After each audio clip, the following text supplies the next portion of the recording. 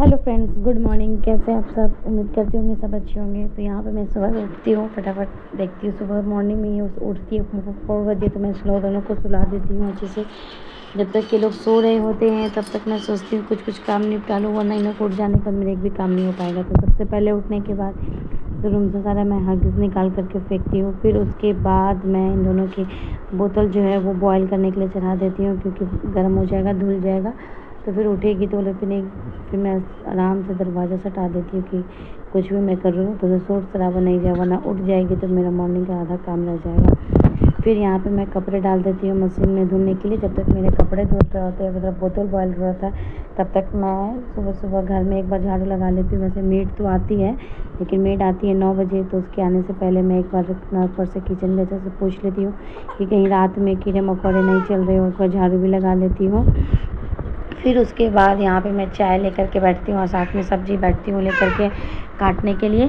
और फिर उसके बाद सब्ज़ी उब्जी कट करके बस जैसे ही मैं कट करने के लिए बैठती हूँ, वैसे ही मेरी दोनों बेटियाँ जो है उठ जाती हैं फटाफट से। ये देखिए रोने भी लगती हैं, तो उठती हैं तब तक। फिर उसके बाद इन लोगों को मैं अच्छे से तेल मालिश कर देती हूँ, उन लोगों को सुला देती हूँ। फिर मैं आती हूँ यहाँ पे बेड ठीक करने के लिए। फटाफट मैं बेड ठीक करती हूँ। उन लोग के मुझे ऐसा लगता है ना, अकेले ही अकेले रहना पड़ता है, संभालना पड़ता है सब। तो बस मुझे यही लगता है कि जब तक मेरी बेटी लोग सो रही है तब तक मैं जितना काम निपटा सकूँ बस मैं उतना फटाफट काम निपटा लूँ। तो मॉर्निंग में उठती है, फिर उन लोग को मैं तेल वेल मालिश कर करके इधर हॉल में लेटा देती हूँ।